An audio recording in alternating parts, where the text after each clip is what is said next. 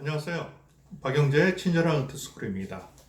자, 이번 시간에는 50대 은퇴자들의 그 재무 설계에 대해서 좀 안내를 해드리겠는데요. 은퇴 예정자가 되겠죠?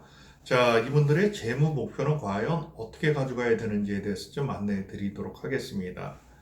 자, 그 50대 은퇴를 앞둔 은퇴 예정자들의 자산 관리에 대해서는 다음과 같은 몇 가지로 일단 그 정리를 해줘야 될 것 같아요. 먼저 재무 목표가 과연 어떤 재무 목표를 설정을 해야 되겠는가? 그 다음에 소비와 지출에 대한 것은 우리가 어떻게 접근을 해줘야 될 것인가? 그리고 이 부동산이 상당히 민감하고 예민한데 우리가 과연 은퇴를 앞둔 50대 같은 경우 부동산을 어떻게 가져가 줘야 될 것인가? 그리고 투자는 해야 되느냐 말아야 되느냐라는 이야기가 있는데 이제 저금리가 아주 일상화되고 고착화되면서 투자에 대한 것은 필수적으로 가고 있습니다. 그럼 과연 50대 은퇴 예정자들은 투자에 대한 것을 우리가 어떻게 접근을 해야 될 것인가?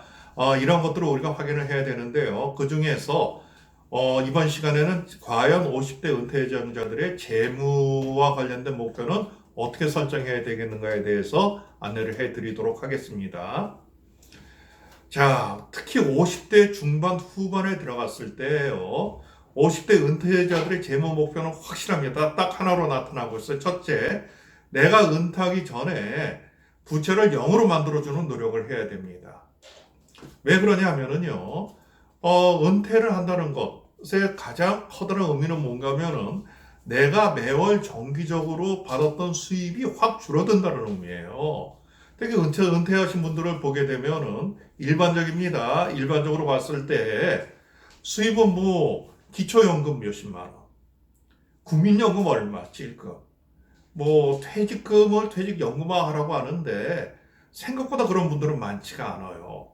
그 다음 내가 소득공제를 받기 위해서 가지고 있던 일부의 연금 상품들, 그 다음 또 하여튼 어떤 식으로 준비했던 연금 뭐 이 정도인데 문제는 뭔가 하면 그 금액이 많지가 않다라는 사실입니다.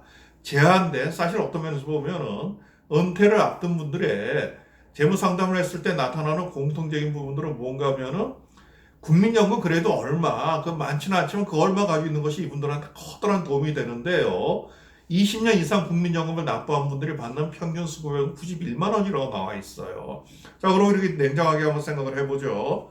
한 90만 원 안팎, 많아야 한 100만 원 정도 받는 이런 연금 수입이 내 은퇴 후 수입의 노후 수입의 대부분일 텐데 그 수입 가운데에서 작게는 50 몇십만 원, 많게는 그 100만 원 이상을 10년 또는 20년 동안 금융비용으로 지출한다라고 생각을 해보세요.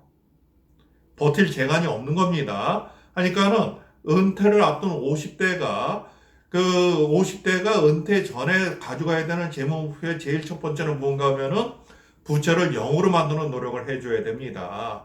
그럼 어떻게 부채를 0으로 만들 것인가? 내가 부채가 있더라면은요, 먼저 어떤 부채를 그 정리를 해야 될지에 대한 것을 안내를 해드릴게요. 제일 먼저 내 나이에 따라서 내가 언제까지 부채를 상환할 것인가에 대한 기간을 정해 주셔야 됩니다. 그런데 말씀드렸듯이 내가 은퇴하기 전까지는 부채를 0으로 만들어 주셔야 돼요. 그 다음에 이 어떤 은행이나 제2금융권이나 그 대출을 발생시켰을 때에 중도 상환 수수료에 대한 부담이 상당히 클 수도 있습니다. 하니까는 중도 상환 수수료와 같은 이 부대 조건이 어떤가에 대한 것들을 확인을 해 주셔야 돼요. 그 다음 역시 중요한 것은 이 금리가 높은 거, 대출 이자가 높은 거 먼저 상환을 해야 되겠죠? 제일 대출 그 이자가 높은 것은 뭐겠습니까? 사채나 대부업체겠죠?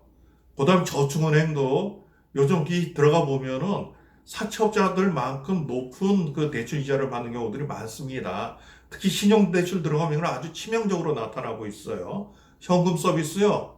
이거 받지 마셔야 돼요. 엄청나게 그 고금리 대출일 수가 있습니다. 카드론 역시 마찬가지고요. 그 다음에 마이너스 통장. 이게 참 재밌는 것이요. 처음에 마이너스 통장을 받을 때는 내가 쓰지 않으면은 그것은 이자가 발생되지 않지 않습니까?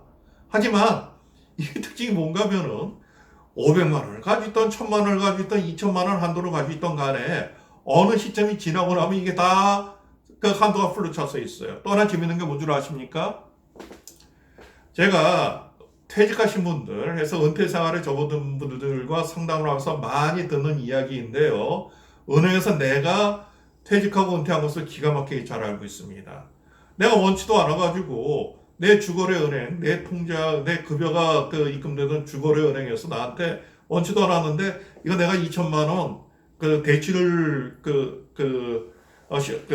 마이너스 통장 만들어줄 테니까 쓰세요 하면서 난 싫다고 하는데 나한테 마구 권합니다. 그래서 그래 내가 안 쓰면 되지라고 생각하면서 이것을 내가 가지고 있는데 퇴직하고 난 다음에 이 만기가 되면은 그 전에 내가 현직했을 때 연장을 했는데 연장을 안 해주는 거예요. 다행히 내가 마이너스 통장을 쓰지 않았더라면은 그 문제가 없죠. 그런데 갑자기 1,000만 원 내가 마이너스 통장을 풀로 썼는데 여기서 갑자기 1,000만 원 갚다라고 얘기하면 이건 서로가 아주 답답한 마음인데 서로가 답답한 것이 아니라 내가 답답해지는 겁니다. 그러니까 이 마이너스 통장 조심하시고요. 그 다음에 신용대출, 담보대출 이런 순서로 정리를 하는 것이 답입니다. 자, 또 하나, 그 가운데서 보면은요, 금액이 큰 것보단 금액이 작은 거 먼저 쳐내세요.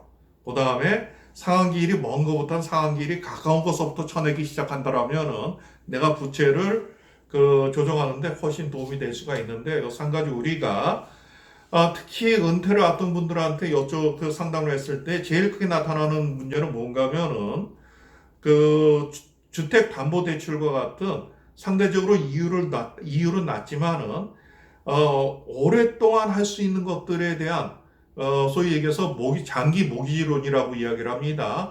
이것을 과연 어떻게 정리를 해야 될지에 대한 것들이 아주 민감하게 나타나고 있어요. 자, 근데 이 장기 모기지론의 특징은 뭔가 하면, 이 장기 모기지론은 뭔가 하면은 3년 거치 15년, 20년, 30년 분할하는 상환하는 주택을 담보로 해서 이것을 장기 모기지론이라고 이야기를 하는데, 이 상품의 특징은 뭔가 하면 대출 이자가 생각보다 높지가 않습니다. 하기 때문에 내가 이것을 상환을 해야 돼 말아야 돼, 이것에 대한 고민을 많이 하시는데요. 제가 여기서 정리를 해드릴게요. 나이가 55세라고 가정해서 이전이라면은, 그 다음에 젊으신 분들이라면은 이러한 장기 모기지론 정리하는 것이 아닙니다. 이거 원래 구조가 그렇게 돼 있어요. 그런데 은퇴를 앞두신 분들한테는 이것은 무조건 정리를 해야 된다라고 말씀드리고 있습니다. 머니 스크립트라는 것이 있는데, 이게 뭔가 하면은 사람에 따라서 내가 돈에 대한 어떠한 고정관념들이 있어요. 나도 그러면서 이게 사실 우리 부모님도 어떻게 교육시켰느냐에 따라서 나타나는데, 어떤 분이 계신가 하면 이분은 부채를 용납을 못합니다. 그러니까 부채는 없어야 되는 거예요. 근데 내가 20평대 아파트를 장만을 하면서 1억이라는 아파트 담보대출을 받았다라고 가정을 합니다.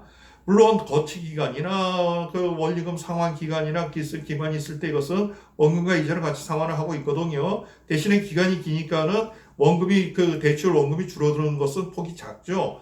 근데 나는 이제까지 내 생각이 대출을 내가 용납하지 못하는 거예요. 그럼 이분이 어떻게 하시냐면 이렇게 하시더라고요.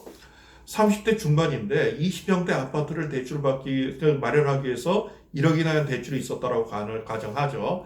나는 이건 앞으로 내가 향후 5년 내에 다 상환할 거야 라고 생각을 합니다. 정합니다. 그리고 급여 생활하면서 매년 2천만 원씩 대출 원금을 상환하고 있어요. 자, 그러면서 다시 한번 여기서 원리금은 계속해서 같이 상환을 하게 되는 거죠. 제한된 급여를 가지고 생활하는 급여 생활자가 1년에 2천만 원씩 원금 상환하면서 5년을 생활한다. 이거 거의 죽음입니다. 아주 노력을 해가지고 5년 만에 대출 상환을 했어요. 아주 해피하죠? 한 3, 4년 후에 다시 만나보면 어떤 일들이 발생되느냐? 대출이 또 발생돼 있습니다. 왜? 20평대에서 이제 내가 어떤 아이들도 놓고 아이들도 크고 하니까는 아파트 평을 늘려가야 되거든요. 평형을 늘려가다 보니까 또 어쩔 수 없이 또 대출을 또 받게 되는 거예요. 담보대출을. 하다 보면은 이분은 또다시 이것을 상환하기 위해서 아주 힘들어 하는데, 젊으신 분들은 그럴 필요 없습니다. 이건 구조가 그렇게 되어 있어요. 그럼 이거 어떻게 생각을 하셔야 되느냐? 그냥 대출 원리금만 갚으세요. 원리금만 갚으시고 원금에 대한 것들은 갚으려 상환하려고 하지 마십시오. 이건 언제 상환하느냐? 나중에 내가 집을 늘려갈 때 또다시 대출이 발생되게 되니까는 그때 상환하세요. 대신에 원금 상환할 것을, 대출 원금 상환할 것을 차라리 적극적인 투자 상품으로 운영하는 것이 은퇴를 앞두고 있거나 은퇴가 한참 멀었거나 또는 젊으신 분들한테 훨씬 더 유리할 수가 있습니다. 하지만 은퇴가 코앞에 있다. 5년 또는 10년 안에 내가 은퇴를 할 것 같다 그럴 경우에는 이건 무조건 은퇴 전까지 아파트 담보대출금 제로로 만들고 변제를 해줘야 됩니다. 이유는 뭐 때문에 앞으로 내가 제한된 연금 수입밖에 없을 것인데 거기에서 주거 비용과 관련된 대출 금융 비용이 몇십만 원 또는 100만 원 이상씩 이게 발생된다. 그럼 버틸 재간이 없는 거예요. 그래서 무조건 생각을 하시는데 또 하나 은퇴 시점에 뭐가 필요하냐면요. 내가 가지고 있는 자산이 뭔가를 정확하게 정리를 해줘야 됩니다. 그러니까 내가 가지고 있는 금융자산이 어떻게 된다, 부동산이 어떻게 된다, 이걸 정리를 하셔가지고요. 여기서 불효불급한 자산들이 있으면 이 자산을 처분해서 대출 원금을 상환하는데 활용을 하셔야 됩니다. 자, 일반적으로 합리적인 부채 설정 기준을 말씀드리면서 정리를 하도록 하겠습니다. 자, 금리는 지금 연간 5%가 넘어가서는 안 됩니다. 대출 금리가 앞서 말씀드린 대로 우리가 마이너스 통장이 되고 특히 조심하셔야 되고 그 이상이 되게 된다면 악성 부채이기 때문에 그 부채는 무조건 상환해 주셔야 돼요. 또 하나 LTV라고 이야기를 하죠. 총자산 대비 부채 비율이 30%가 넘어가면 안 됩니다. 예를 들어서 내가 앞으로 5억짜리 아파트를 장만하려고 해요. 그럼 내가 최소한 얼마 정도 가지고 있어야 되느냐? 3억 5천만 원 이상은 갖고 있어야지 있을 때 그 아파트를 장만하는 것이 답입니다. 여기에서 만일 내가 받아야 되는 대출 금액이 5억 가운데서 30%가 넘어가게 된다. 그럼 그 집 사면 안 되는 거예요. 또 하나 DTI라고 하죠. 이것은 내가 받는 급여 대비 원금과 이자에 대한 상환 금액이 30%를 넘어서는 안 된다라는 이야기입니다.